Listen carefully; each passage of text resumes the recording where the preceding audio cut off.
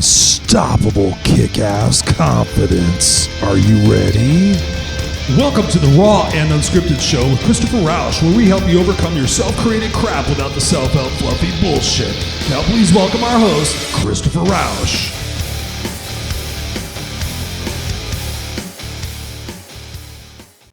Hey everyone, welcome back to another episode of Raw and Unscripted with yours truly, Christopher Rausch, the place where I help you overcome your self-created crap without the self-help fluffy bullshit.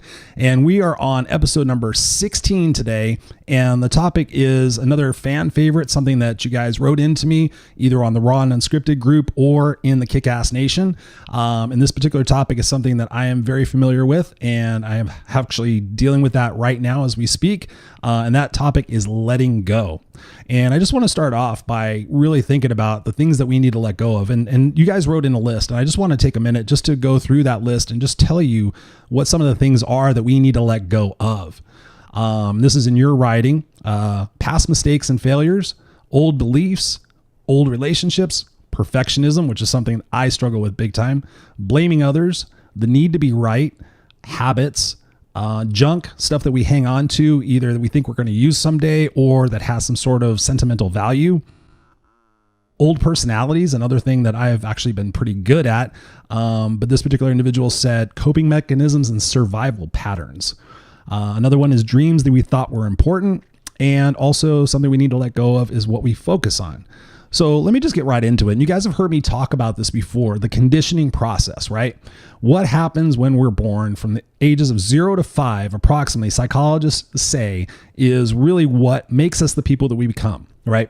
So when you look back on your life and you think about the things that you were told and the things that you were taught by parents, teachers, society, religion, whatever it is, that's kind of the stuff that's really fucked us up. And my goal here on the Raw and Unscripted show is to take apart those things and give us a way to perceive them, to have different expectations about them, but most importantly, to have ways that we can cope and deal with and overcome these things so they actually are working for us and not against us. So one thing I want to read for you right away with that in mind is something that's in a book I'm going to recommend to you later on. And it's really poignant in the fact that it nails it. So I just want to, rather than try to paraphrase it, I just want to read it directly for you.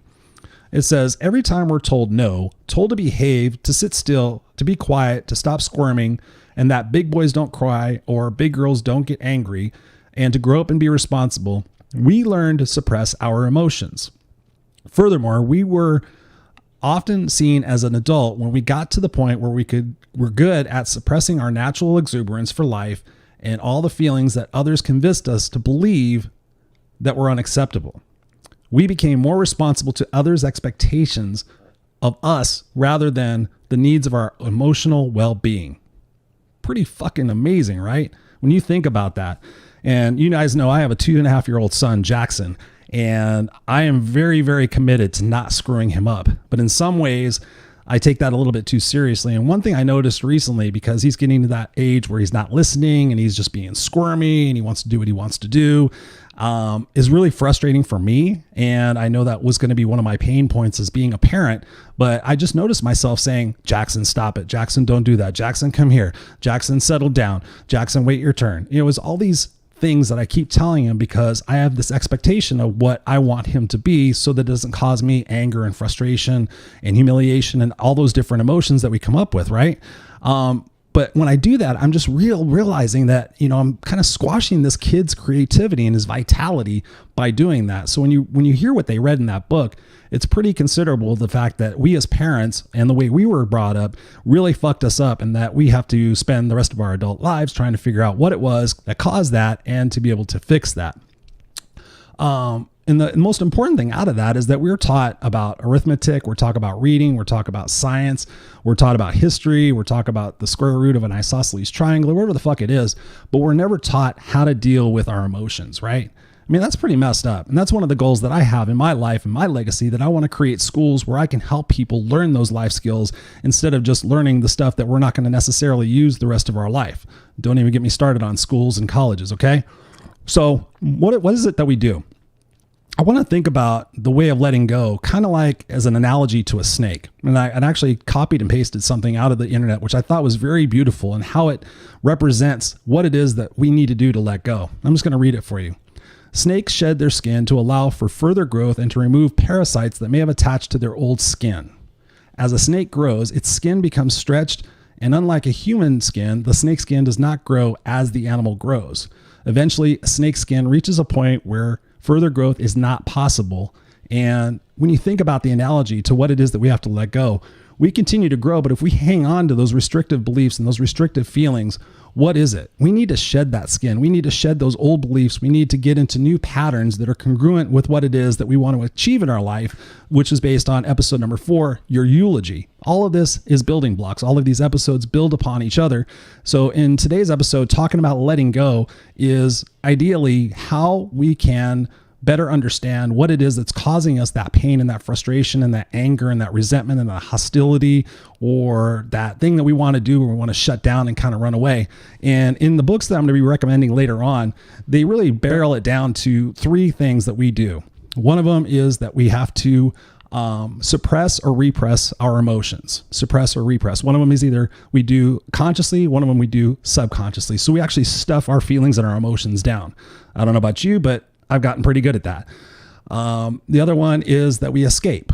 Think about that. Those are addictions. Those are things like television, alcohol, sex, drugs, video games, shopping, talking, texting, whatever it might be. We want to escape our feelings, because if we're present in ourselves, then those things start cropping up. So what do? We look for avoidance. We want to get away from those. We want to escape from them. And the last one is express. So in some situations we express, or what I really find interesting is project. And there's a saying that says, often we don't like in others that we don't like in ourselves. And when I've told people that, especially the ones that are defensive and angry, they become more defensive and angry. Like, what do you mean? I'm not projecting that. And I'm like, yes, you are. To a certain extent, there's something that is inside of us that we project out, and we blame other people for the way we feel. We kind of don't take responsibility for it. And that's actually going to be one of my tips. So when you think about that, we have to go through an evolution. We have to go through a rebirthing process to become truly the people that we deserve to be and that we should be, had we not been kind of screwed up by parents and teachers and society when we were just little kids. Because the truth of the matter is when we're born at 9 months because our head becomes so big that it won't fit through the birth canal, right? Can you imagine being born at a 3-year-old? The poor women, it would just be like, be a lot more cesarean sections. So what happens is the emotional intelligence and everything else is cultivated and groomed outside of the womb when we're very, very young. And obviously there's probably a lot of people out there that shouldn't be parents, or we actually should have classes on how to become great parents, because if we want to continue society to become stronger and more individualized and not dependent on other things, that'll be great. But unfortunately, big money, pharmaceuticals, TV, soda, food, whatever it is, they want us to become slaves to what it is that we can escape from our true lives. My goal here on Raw Unscripted is not to escape from that, but to hit it head on and to go live our dreams, because I'm just like you guys. I don't want to be consumed by all these thoughts and this negativity. And like I was talking about in a few episodes ago, disappointment, that really took a hold of me for a minute. And what happens? Diverts my attention. It becomes a self-fulfilling prophecy. It becomes a vicious cycle. And unless we're strong and we're capable, to come out of those vicious cycles is challenging. I know that for a fact. That's why I have a coach, and that's why I read a lot. And that's why I do this, because it gives different meaning to the struggles and the things that I go through, which is something else we're going to be talking about. Another aspect or another analogy that I want to use is really the caterpillar that becomes a butterfly, right? They start off life as being a caterpillar, but you have to go through this metamorphosis to truly be a butterfly. And that's what I want you guys to do. I want you guys to be butterflies, right? Let's be butterflies together. So let's just get right into it. What we want to do is be more in the moment. And one thing that my coach has me working on is something called the de-trigger process, and also what she calls the Resser process. And bear with me for a second, because I don't have this permanently memorized, but I want to share it with you because it's really super important. So when you're in that moment and you're feeling frustrated, you're feeling angry, you're feeling depressed, disappointed, whatever it might be, the one thing I'm learning to do is really let that feeling come up and let it be. And this is not easy. I'm just telling you this right now, but it's worth it. When something comes up and you're feeling like, oh man, I feel frustrated, or I feel disappointed, let that feeling come up and then ask yourself, how is this serving me? Don't go down the rabbit hole, because as soon as you start going down the rabbit hole, you start looking for evidence and proof. And I'm a perfect example of that. I can go down the rabbit hole pretty quick, but I can also get out fairly quick as well. That's a lot of my training and my conditioning, but I'm not anywhere near perfect. That's for damn sure. So when that comes up, we need to have a method of looking at it differently. So I just want to share with you what my coach has shared with me and that I'm working on. It's called the de-trigger process. So when that feeling and that emotion comes up, ask yourself, what happened? And just give yourself the facts. What are the facts of the situation? And then ask yourself, what did I make it mean? Now, again, you may have heard me say this before, but nobody can make you feel anything, right? I can't make you angry. I can't make you excited. It's something that's a choice inside of us that goes on to say whether or not we're going to react to something or we're going to respond to something, or if we're going to take it personal. A little side note, read the 4 agreements, because one of the agreements in there is that don't take things personal. It's an amazing book. We're going to be talking about it in future episodes for sure. But what did I make that mean? And identify everything that you made it mean, your default interpretation. Now, your default interpretation is something that's going to be a reaction versus a response. The next question is, what did you make it mean about yourself? Which I am statements got triggered? I am frustrated. I am angry. I am this. One of the things, quickly, just to kind of interject here, is to say, I am feeling this, not I am this, because that just kind of takes ownership of it, but I am feeling this way. And it kind of detaches it a little bit from becoming so personal. That's something I've learned. And then also, this is really interesting, the payoffs, right? What am I getting out of this trigger? What am I getting out of this emotion? Am I getting the opportunity to be right or to make others wrong, to be justified about my point of view, to be a victim and feel powerless? That's something a lot of us do. It's like, oh, there it is again. I'm just never going to be able to overcome it. Jesus Christ, let me go through all the different ways that I've been beaten down in my life and remember them all. And let me beat myself up again about this. It was something I was coaching somebody the other day about. And I said, when somebody makes a mistake, how many times do you beat them up for it? And they go, well, once usually. And I'm like, okay. So why is it that when we make a mistake, you could talk to anybody on the planet and they go back and they beat themselves up over and over and over and over again? We do one thing, but we beat ourselves up for it 1,000,000 times. Now, how stupid is that? Nobody is making us do that. It's something that we're choosing to do. So by the fact of you listening to this episode and being invested in this, and I hope that you take the 2 books that I'm going to give you at the end very, very seriously, because I'm going to go through them too. I might make it a separate book study just so that we really understand and we get into the thick of all of this and make ourselves better. I originally started this podcast and I told you guys that I was coming up with subjects that I wanted to do a macro view on, just to kind of get the building blocks and get the foundations of what it means to have unstoppable kick-ass confidence. But progressively, I want to start digging into some of these issues to give you the meat and potatoes of what it is that's going to take for all of us to get out of that. And that we could talk about in the Raw and Unscripted group. So if you're not in the Raw and Unscripted group, please go there.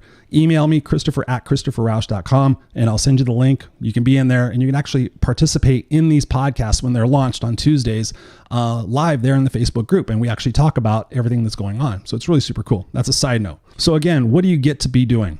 And then the next question is, what are their costs? Right? We never really consider the cost. We just go into bitch, piss, and moan. We go look for other people to vent to and complain to. And then, of course, like I said before, we go into either the suppress, repress, escape, or project, right? So what is it costing you? Is it costing you love, happiness? Is it costing you enjoyment or peace or well-being?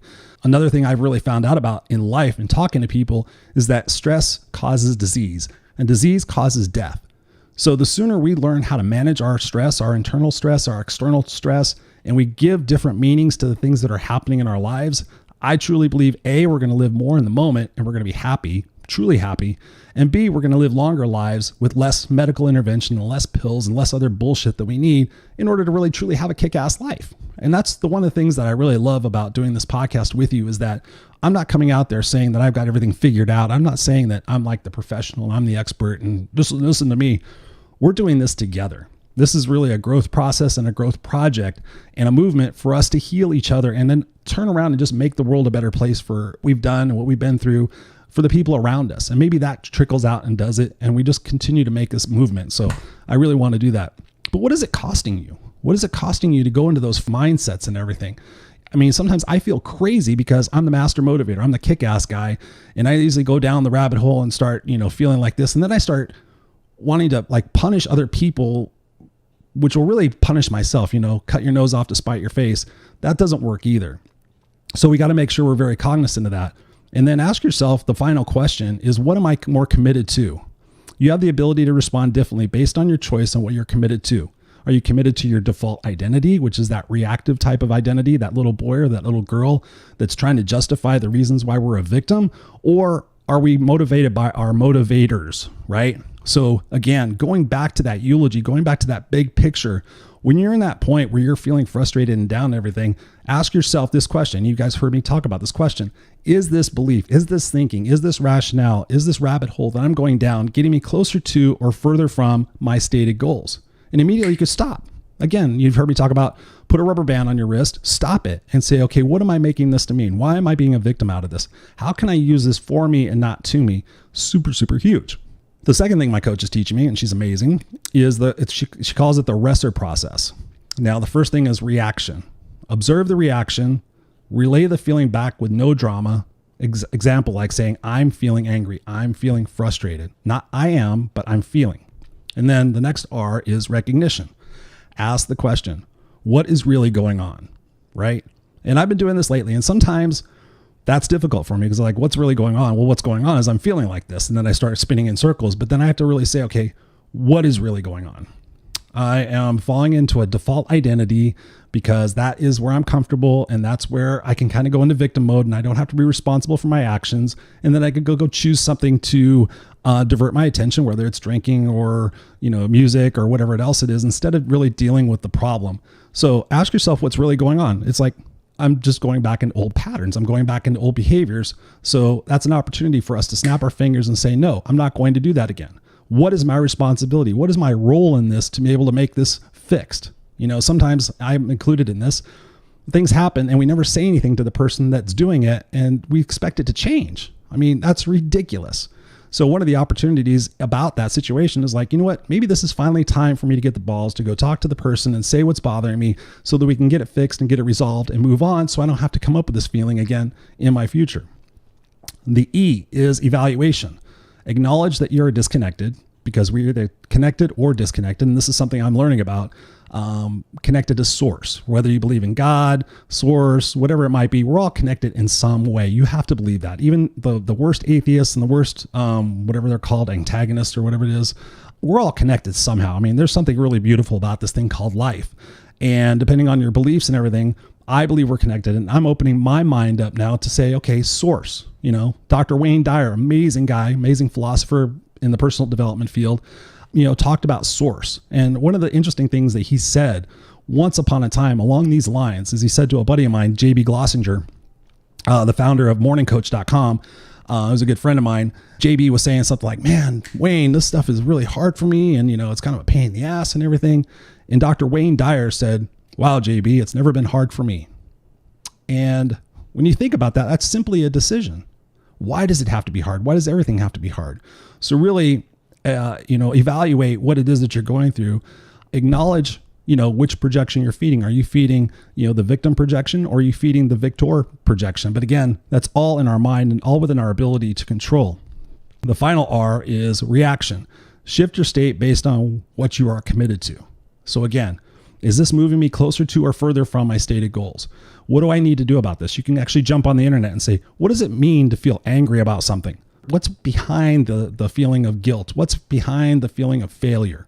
And just educate yourself more and just go into that moment and start being part of the solution and not part of the problem.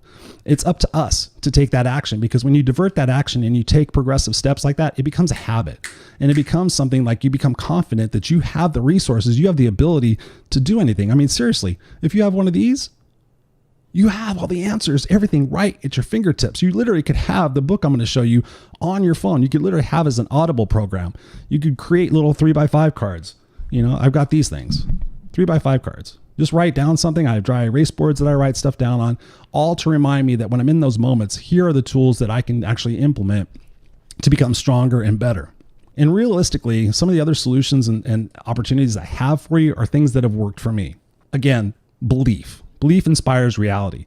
So if I think of something as happening to me versus happening for me, that's really an easy way for me to go down the rabbit hole. So I have to think of things as happening for me. What am I supposed to get out of this feeling? And is it the fact that I'm hanging on to old patterns and I'm hanging on to somebody believing me and trusting me, or getting the significance from somebody and I'm disappointed and I'm hurt because my expectations are wrong? I mean, that's another area for us to look at, is what are your expectations? What are you expecting out of other people? What are you expecting out of yourself? And really get clear on that, because as soon as you have expectations that are up to here and the performance is down here, everything in the middle is that frustration, that aggravation, that disappointment. So it's up to us to align our expectations. And half the time, that's just a matter of communicating that to other people and seeing if that's realistic. And that's something we have to take ownership for. We have to take responsibility for. But again, we don't want to. We just think everybody should know that, or, I'm just going to go ahead and ignore it and hope it gets better tomorrow. And then 6 years from now, you're still dealing with the same bullshit that you never dealt with in the first place. So how can you actually do that? For me, focus. One of the best things I have incorporated into my life this year, because I said 2019 was not going to be a repeat of all the years past, and I focus on gratitude. And I can promise you, and I don't say that very often, but I can promise you, when you're in that feeling of neglect, you're in that feeling of scarcity, you're in that feeling of being alone, immediately go to gratitude and just start focusing on what you're grateful for. I was sitting in traffic the other day and I was going down a rabbit hole and I was frustrated, and I just said, Chris, what are you grateful for right now? You have a stereo, you have Sirius XM, you have like 150 stations you could listen to. Why don't you put on a comedy station and focus on comedy instead of focusing on the bullshit you keep telling yourself, right? Focus on gratitude, the fact that you're alive, the fact that you're not sitting in a hospital somewhere, the fact that you got up this morning and you turned a dial in your bathroom and you actually got hot water out of that, the fact that you have a roof over your head, the fact that you have food in your stomach, the fact that you have the ability to watch this or listen to this podcast and gain value from it without giving a cent out of that. Right? Gratitude is amazing for resetting ourselves, because we often look at what we don't have instead of looking at what we do have. And it reminds me of something that I have to be cognizant of as well, because we often play the someday game. Oh, someday I'll be happy when I have this. Someday I'll be happy when I make more money. Someday I'll be happy when I have the body I want. Someday I'll be happy when I have the person I want. Someday I'll be happy when this happens or that happens. That's just setting yourself up for disappointment, because here's the truth. If you can't be happy with what it is that you have, what makes you think you're going to be happier with more stuff? Let me repeat that. What makes you think you're going to be happier with more stuff? It's not the stuff that makes us happy. It's how we feel inside about that. And the sooner we become more grateful for the things that we have, more importantly, the opportunities that we have, we're living an amazing time right now. Google and YouTube. I mean, there's so many different things out there that can help you grow and prosper that won't cost you a single cent. But again, here's where the no excuses guy comes in for me. I can't stand people who bitch, piss, and moan and think about stuff and they don't fucking take action for fixing their own situation. I'm talking to you, because I know there's people that are watching this and listening to this right now who listen to it and go, oh man, that's really great, Chris. I love it. Yeah, rah, rah, rah. Woohoo. I can't wait for the next episode. But how many of you actually do the shit that I tell you to do? How many of you actually are Googling solutions and reading new books and listening to new podcasts and growing yourself and watching YouTube videos? I mean, just imagine if you watched 2 motivational YouTube videos every single day for the next 365 days, just 2 videos every day, maybe 5 minutes a piece. Do you think that your identity, do you think that your belief systems, do you think your gratitude would change? Do you think you would get more fired up? But let me ask you this, and I want you guys to fucking tell me the truth. Do you watch the news? Do you watch the Kardashians? Do you watch any other bullshit that doesn't further your growth? Do you sit there and play video games more than you do actually growing yourself and learning? Come on, that escapism is not going to get you anywhere. You have to take responsibility. You have to get the fuck off your ass and go through the muck and the mire and all that other shit. Even getting a therapist, get a therapist, do something, take responsibility, unload that baggage. There's a lot of different techniques out there that you can employ and figure out. But what is it? We want the fast answer. But think about it. I'm 50 years old. It took me 50 years to get to this spot. It's not going to take me 2 minutes to get out of that spot.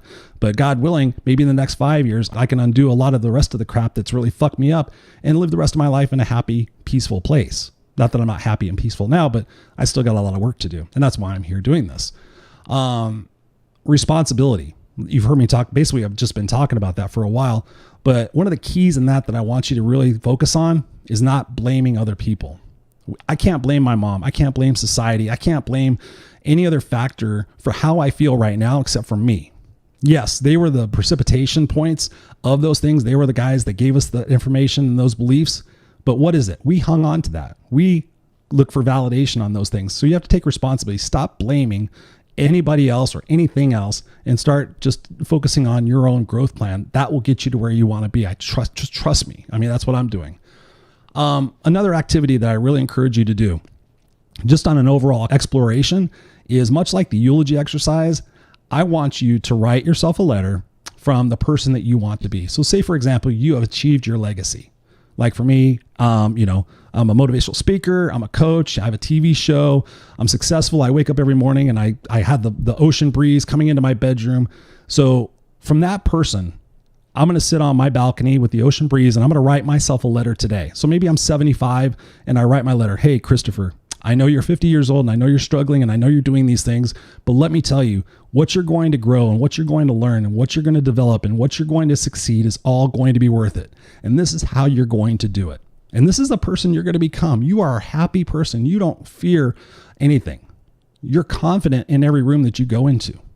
You're confident that if you use the law of attraction and you want something in your life and you put your efforts into it, you're going to achieve it. But let me tell you something, Christopher.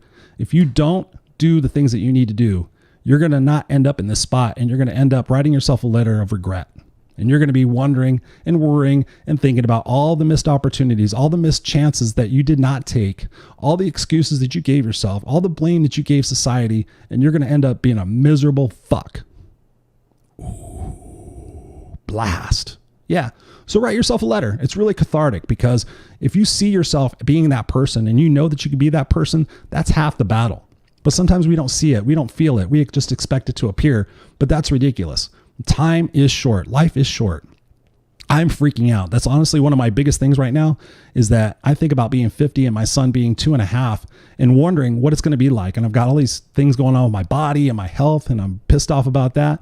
But at the end of the day, life is short. So stop wasting your moments because trust me, it's going to go by like that. And that's where I'm at now. That's why I have so much leverage in my life. That's why I have so much passion in my life. That's why I am going to make this work. I'm not going to give up on this. My dream, that is.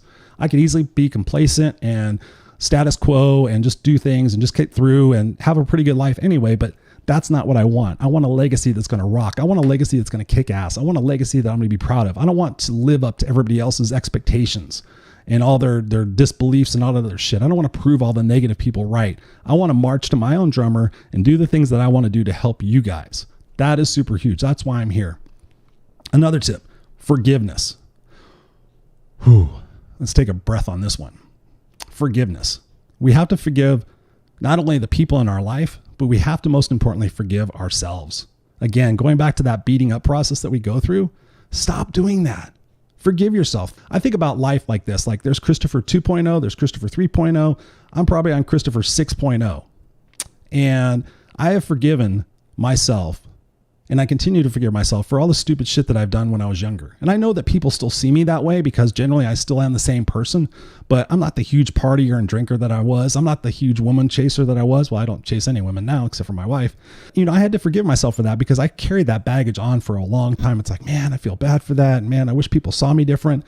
The only way people are going to see me differently is if I continue to act congruently and I act in a way that's appropriate for what it is that I want to achieve. But if I continue doing the same stupid stuff, then I'm going to continue getting the same beliefs and the perceptions that I am. And again, none of that shit really matters at the end of the day, as long as you're happy and healthy inside. It doesn't matter what other people think about us. It really, truly doesn't. But when you get to forgiveness, I forgave my mom and I feel bad because I blamed her a lot for, how she was and how I was and my upbringing and being homeless and everything. But the truth of the fact is that if you walk in somebody else's shoes and you experience all the things they've experienced, and you had the resources that they had, might you not be the same person? So when I think about it, if I went and grew up in my mom's generation with my grandmother and did all that shit, wouldn't I be fucked up too? And then I become a parent in my early 20s. She didn't take it upon herself to go read books about how to be a parent. She just, okay, I have a kid. Let me just do the best I can do. And yeah, I could sit there and rationalize. And I used to, well, you could have gotten books. You could have learned this, blah, blah, blah. But at the end of the day, that was just who she was. And despite all the negative stuff, we had great times. And I turned out to be the person I am today because of all of those experiences. I wouldn't trade them for the world. I wouldn't want to go back and experience them again, but they all made me who I am today. And that's the same for you. From this point of listening to this podcast, I want you, when it's over, I want you to sit down and make some determinations, make some plans, stick to things, start developing new habits, start developing new beliefs. The fact of just going to bed every night and saying out loud what you're grateful for. And then the first thing in the morning, waking up and saying what you're grateful for and putting an intention out in the world, maybe even talking to God, talking to source and say, you know what? I have an intention of today being super fun. I have an intention today of being positive and not looking at all the shit that I'm pissed off about. I'm not going to wake up in the morning and think about what a shitty day I'm going to have and how much traffic there's going to be and how much bullshit there is on the news. I'm not going to do that. Instead, I'm going to wake up and I'm going to be grateful, and I'm going to push through my life and my day with gratitude and energy and passion. I'm going to make the world a better place around me. I'm not going to succumb to the old comfort zones and the old habits. I'm going to get harder and stronger and truly become unstoppable so that I don't have a life of regrets. That is up to you guys. That is up to me. I am scared to death of regrets. I am scared to death. Ed Milet, great podcast. Ed Milet said the other day, he said it a few times, but it's something that's really, I keep in my brain, again, a tool. And he said, I think the worst experience in life would be to meet the person that I could have been. Let me think about that. For me, I think about, I'm 75 years old and I meet kick-ass Christopher, the guy that really, really did everything. I could easily give this up tomorrow, right? And then just be complacent and stupid and wind up being 75 and meet the person I could have been. He's an internationally known speaker. He's got coaching programs. He's got schools set up to help disadvantaged youth. He's happy and healthy. He has a house on the beach. He takes vacations. His son's healthy. His wife, and they have a separate business where they do something. Can you imagine meeting that person and realizing the potential that you had to become, and all you had to do is just commit consistently? You had to go through all the shit to get to the sunshine, and you didn't? That would be miserable. So I keep that in the back of my mind. I want to be, if I have to meet that person again, and of course we're talking totally abstract stuff that's not going to happen. But when you think about it and you give that meaning, I don't want to meet that person and be like, oh man, dude, you're really cool. I wish I could have been you. I wish I would have made different mistakes or different choices and different actions. I wish I would have pushed through when I wanted to give up. No, I want to meet that person and be like, hey, what's up, dude? Fuck, we did it. Right on, man. Let's go on to the next life, the next experience, whatever it might be. One more thing, one final resource for you guys. I've been talking about a little bit as we've been going through this process, but the book, Letting Go, The Pathway of Surrender by David R. Hawkins, an instrumental book. I have it on Audible and I've read it a few times. I actually have a few pages that are dog-eared. Just a really super cool in-depth guide of what we can do to let go. And actually as when I was doing and preparing for this podcast, I did a little light reading on this and just really realized how much I've forgotten already, because when we read books, if we don't apply it right away, we can actually lose it. So I think I'm going to make this as a part of my upcoming group coaching project so that it really gets instilled in my mind and that I can share it with you guys a little bit more congruently. But the other book about letting go is The Sedona Method, Your Key to Lasting Happiness and Success, Peace and Emotional Well-Being by Hale Dawiskin, something like that. These two books have been instrumental in me getting out of the funk that I was in for a couple of years. And I was trying to let go of old personalities, old beliefs, letting go of my ego, things of that nature. So those two books were super, super critical. And again, just realizing that I need to go back to them again because I'm not employing all the different strategies and tactics that are inside of that. One last resource that has just recently recommended to me by my coach, that it's a video. It's on YouTube. There's also a book about it, but I like the video. It's called The Hero's Journey by Joseph Campbell. And in it chronicles what typically really is the hero's journey.